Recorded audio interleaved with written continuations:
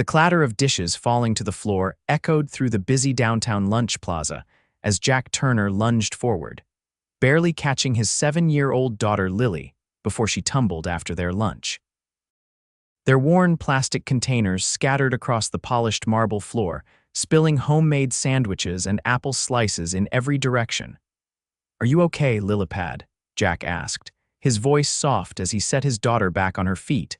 Lily's eyes welled with tears as she looked at their ruined lunch.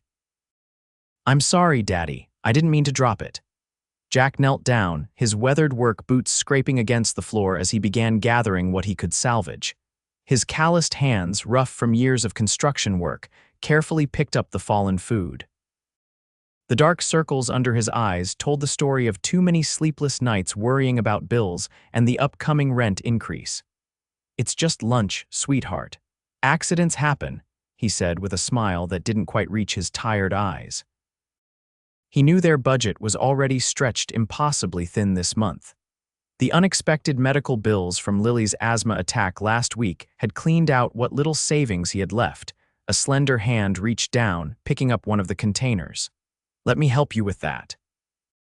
Jack looked up to see a woman in a tailored charcoal suit kneeling beside him. Her auburn hair was pulled back in a neat bun, and despite her professional appearance, there was something approachable in her warm brown eyes. "Thank you," Jack said, accepting the container. "But please don't worry about your clothes. These floors aren't exactly clean." The woman smiled. "Trust me, I've dealt with worse than a little floor dust." She continued helping, introducing herself as Kathryn Evans. "Jack Turner," he replied. "And this is my daughter, Lily." Lily, still embarrassed, gave a small wave. As they finished gathering the now inedible lunch, Jack sighed, glancing at his watch. His lunch break was half over, and he had no time to get something else, let alone money to spare. "I have an idea," Kathryn said, standing up. "I was just about to eat myself. I always order too much food, occupational hazard of business lunches. Would you and Lily like to join me?" Jack hesitated. Pride made him want to refuse, but the rumbling of his stomach and Lily's hopeful expression won out. "That's very kind of you, but please, Daddy," Lily whispered. "I'm really hungry." "I insist," Kathryn said, her smile genuine. "It would be nice to have company for once." They followed Kathryn to a table where a large bag from an upscale sandwich shop sat untouched. Jack couldn't remember the last time he'd eaten food from a place that used real linen napkins.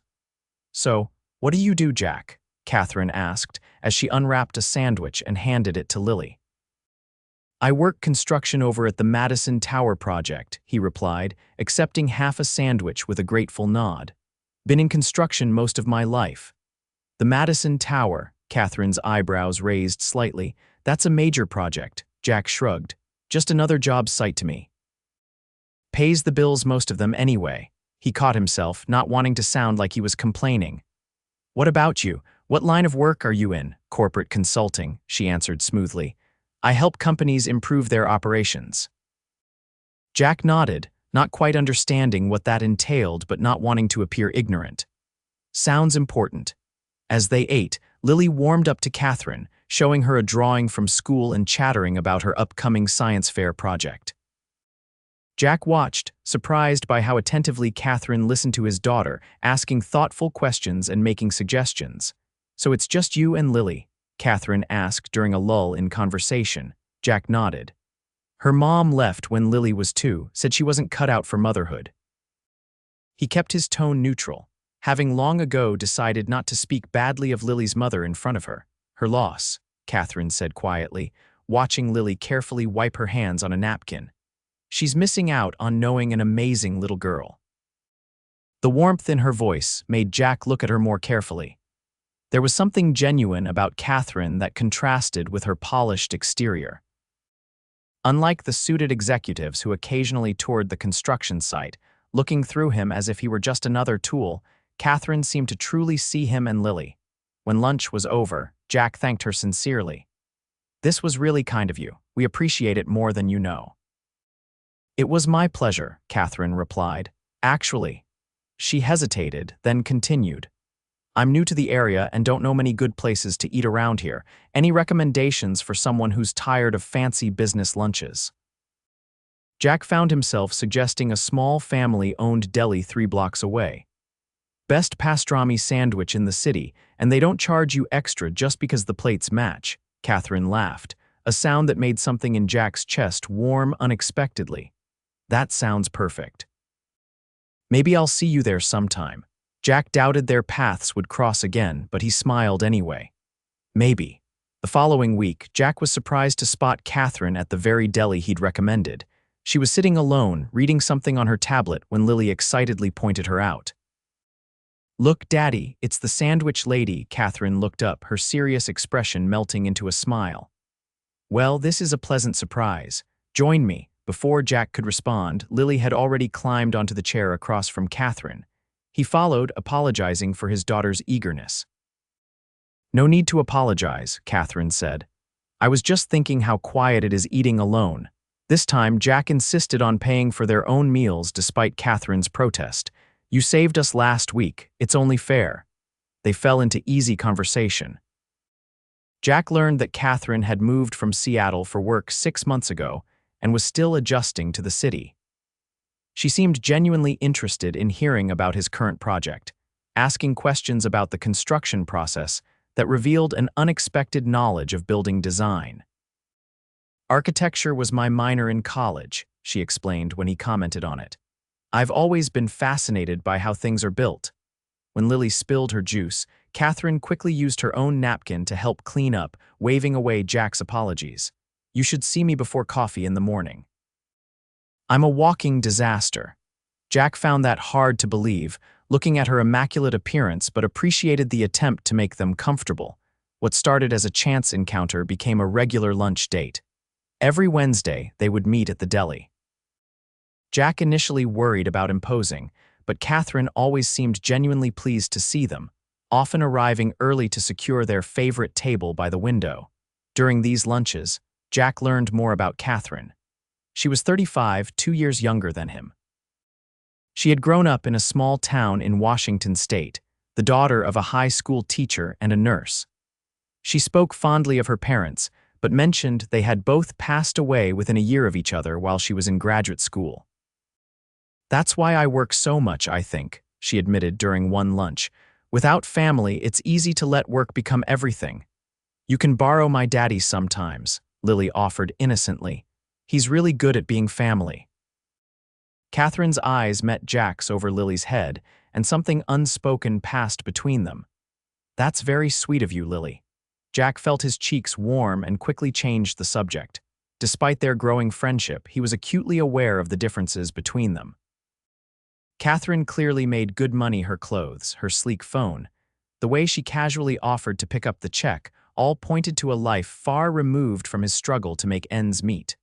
One Wednesday, Kathryn didn't show up for their lunch. Jack told himself not to be disappointed. They had no formal arrangement. After all, but Lily's crestfallen expression when they left the deli mirrored his own feelings. The following week, Kathryn was waiting for them, looking unusually tired. "I'm so sorry about last week," she said immediately.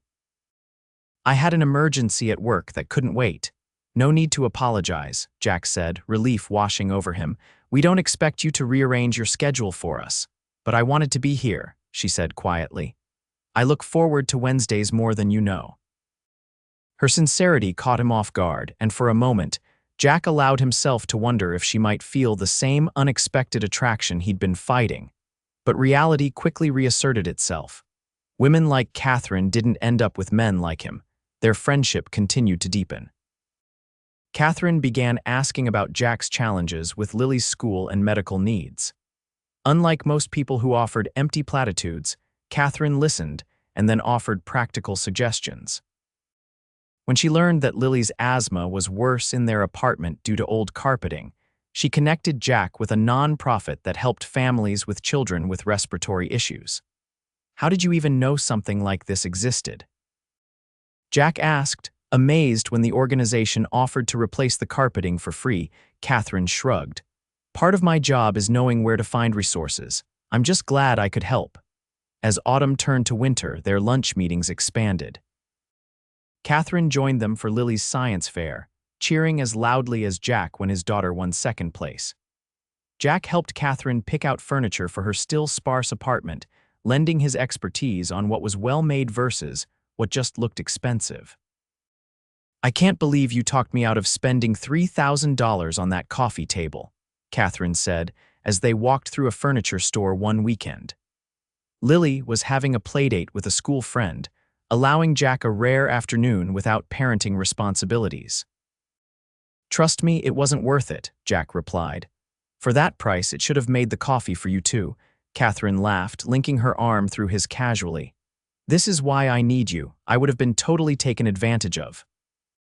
The warmth of her arm against his sent a flutter through Jack's stomach that he tried desperately to ignore. As Christmas approached, Jack's financial situation became even more precarious. The construction project was behind schedule, meaning fewer hours and smaller paychecks right when he needed money the most. He took on evening handyman jobs, fixing leaky faucets and hanging holiday decorations for people who could afford to pay someone else to climb ladders. Despite his efforts to hide his struggle, Kathryn noticed his exhaustion during one of their lunches. "Jack, is everything okay? You look like you haven't slept in days." "I'm fine," he insisted. "Just busy." Kathryn frowned but didn't press. Instead, she changed the subject. "I was wondering if you and Lily would like to come to my place for dinner this weekend. I've been taking cooking classes, and I need guinea pigs to test my skills on." The invitation surprised him. In all these months, they'd never socialized outside of their lunches and occasional weekend outings. "Are you sure? Lily can be a handful in new places." "I'm counting on it," Kathryn smiled. "My apartment is too quiet." Jack agreed, and that Saturday, he and Lily found themselves standing outside an elegant high-rise downtown, the kind of building where Jack usually entered through the service entrance when doing repair work. Kathryn's apartment was on the 22nd floor, with floor-to-ceiling windows offering a stunning view of the city. It was beautifully furnished, but not ostentatious. Jack recognized some of the pieces they'd picked out together.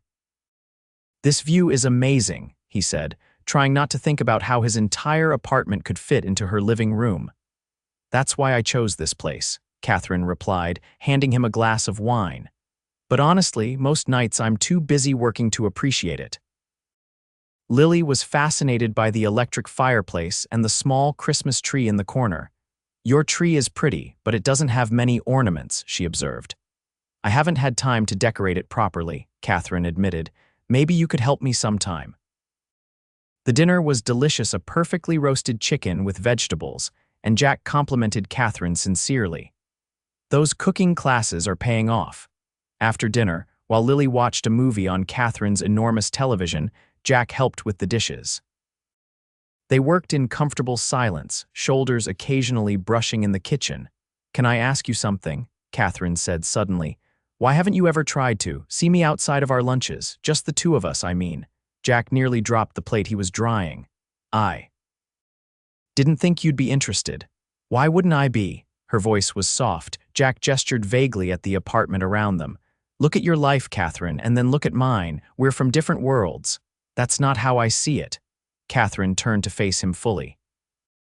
"I see a man who works harder than anyone I know, who loves his daughter fiercely, who makes me laugh and challenges me and doesn't treat me differently because of my job." "Your job is just corporate consulting," Jack said, confused by her phrasing. A strange expression crossed Kathryn's face. "Jack, there's something I should probably tell you. I'm not just a consultant. I'm the CEO of Evans Innovations." Jack stared at her. Evans Innovations was a major tech company, often in the news for its groundbreaking work in sustainable energy solutions. "You're that Kathryn Evans." She nodded, looking suddenly uncertain.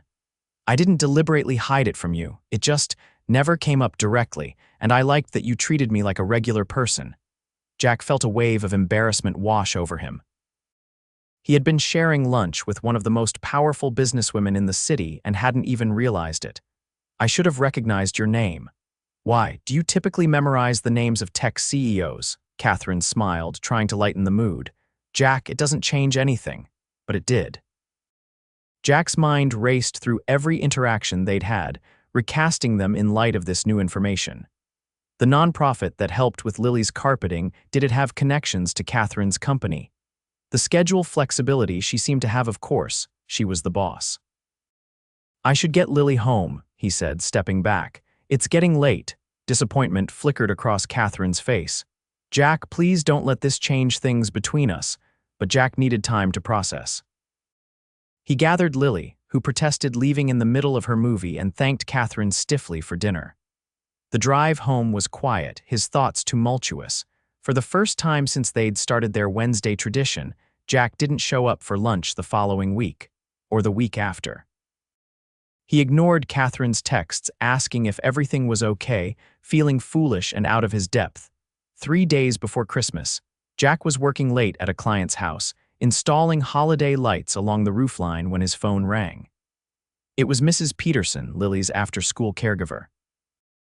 "Jack, I'm so sorry to bother you, but Lily's having trouble breathing. I think it's her asthma acting up." Fear gripped Jack's heart. "I'll be right there," he promised, already climbing down the ladder.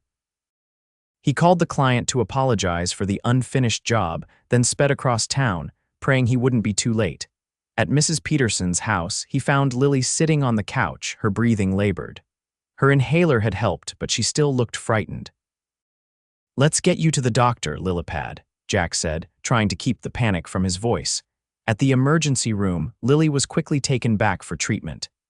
The doctor confirmed it was an asthma attack, triggered by the cold weather and possibly the holiday wreath misses. Peterson had recently put up. "She'll be fine," the doctor assured Jack, "but we'd like to keep her overnight for observation."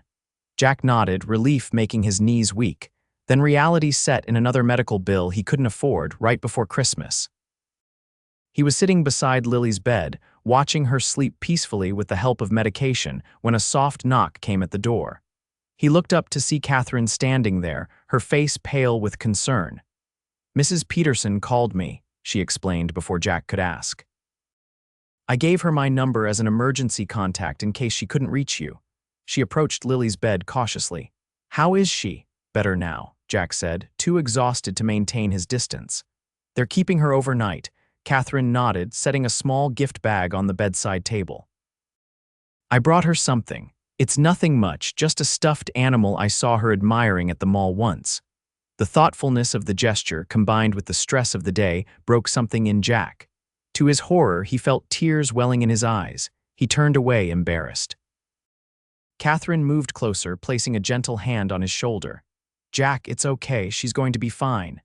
"It's not just that," he admitted, his voice hoarse. "It's everything. Another medical bill I can't afford, Christmas coming and barely enough for presents, and now knowing who you really are." He shook his head. "I feel like an idiot." Kathryn knelt beside his chair, taking his hands in hers. "Jack Turner, look at me." When he finally met her eyes, she continued. "Yes, I run a company. Yes, I have money. But that doesn't define me any more than your current financial situation defines you." "But no buts," she interrupted. "The man I've come to care about, deeply care about, is the one who shares his lunch with his daughter before taking a single bite himself.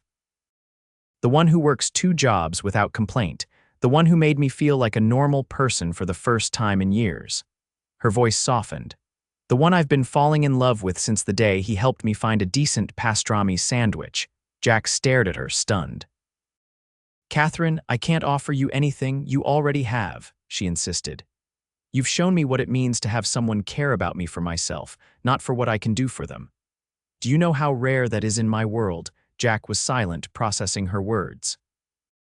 "I'm not asking you to let me solve all your problems," Kathryn continued, "but I am asking you to let me be part of your life, yours and Lily's, however that looks." Before Jack could respond, Lily stirred, her eyes fluttering open.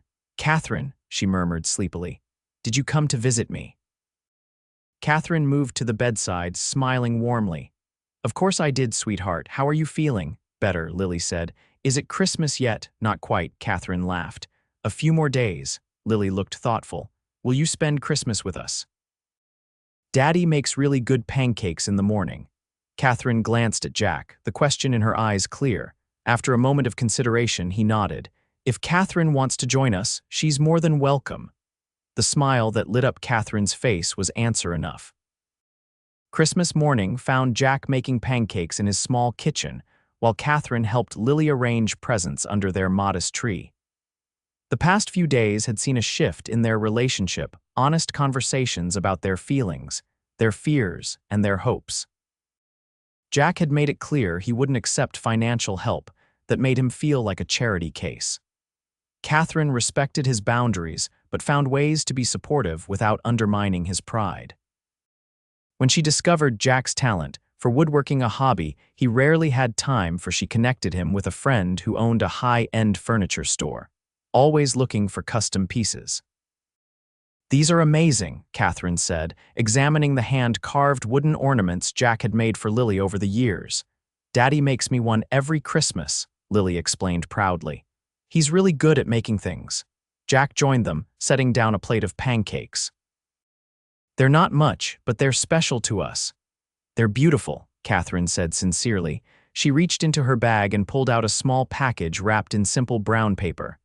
"I made something for you too, Jack. It's not as skillful as your work, but—" Inside was a hand-knitted scarf, slightly uneven in places.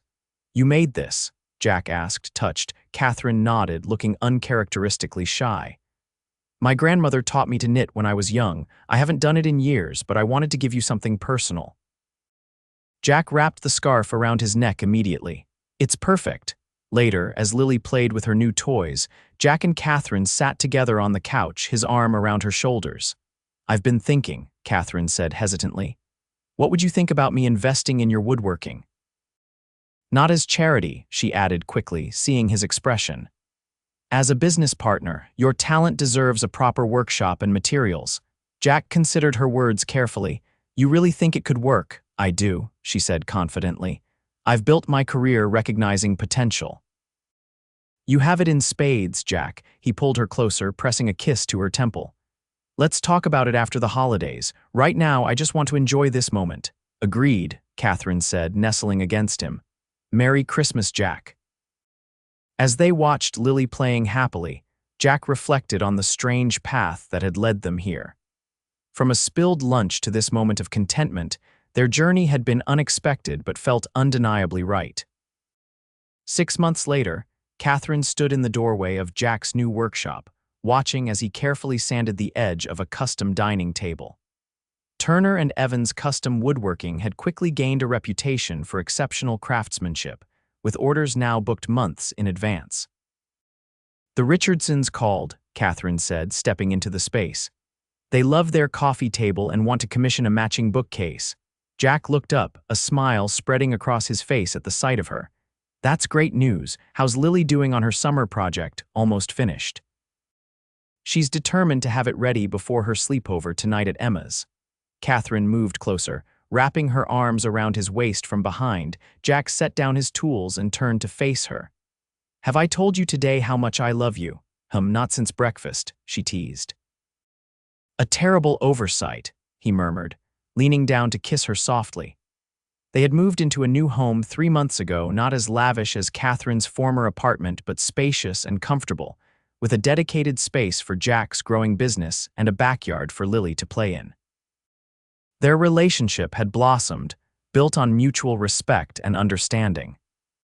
Jack had insisted on contributing equally to their household, and while Kathryn's income still far exceeded his business was thriving, allowing him to stand on his own feet while accepting Kathryn's support in ways that felt like partnership rather than charity.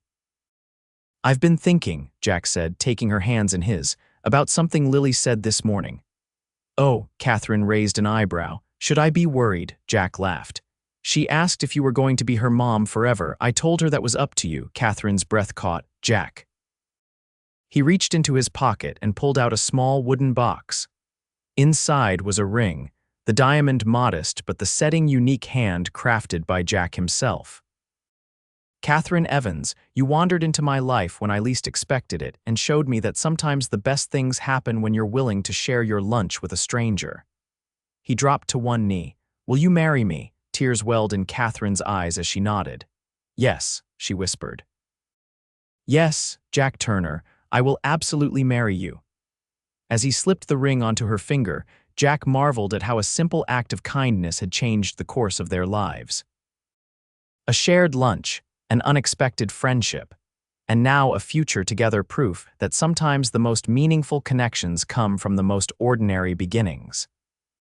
That evening, after Lily had been dropped off for her sleepover, Jack and Kathryn sat on the porch swing of their new home, her head on his shoulder, her engagement ring catching the light of the setting sun. "I was thinking we could get married in the spring," Kathryn said. "Something small with just the people who matter most." "That sounds perfect," Jack agreed. "As long as you're there and Lily, I don't need anything fancy." Kathryn smiled, linking her fingers with his. "You know, I've been CEO of a major company, led teams of hundreds, closed multi-million-dollar deals, but nothing has ever felt as significant as meeting you and Lily." "Because some things matter more than success or money," Jack said, understanding completely. "Exactly," Kathryn agreed. "Some things are just priceless." As the stars began to appear in the darkening sky, they sat in comfortable silence.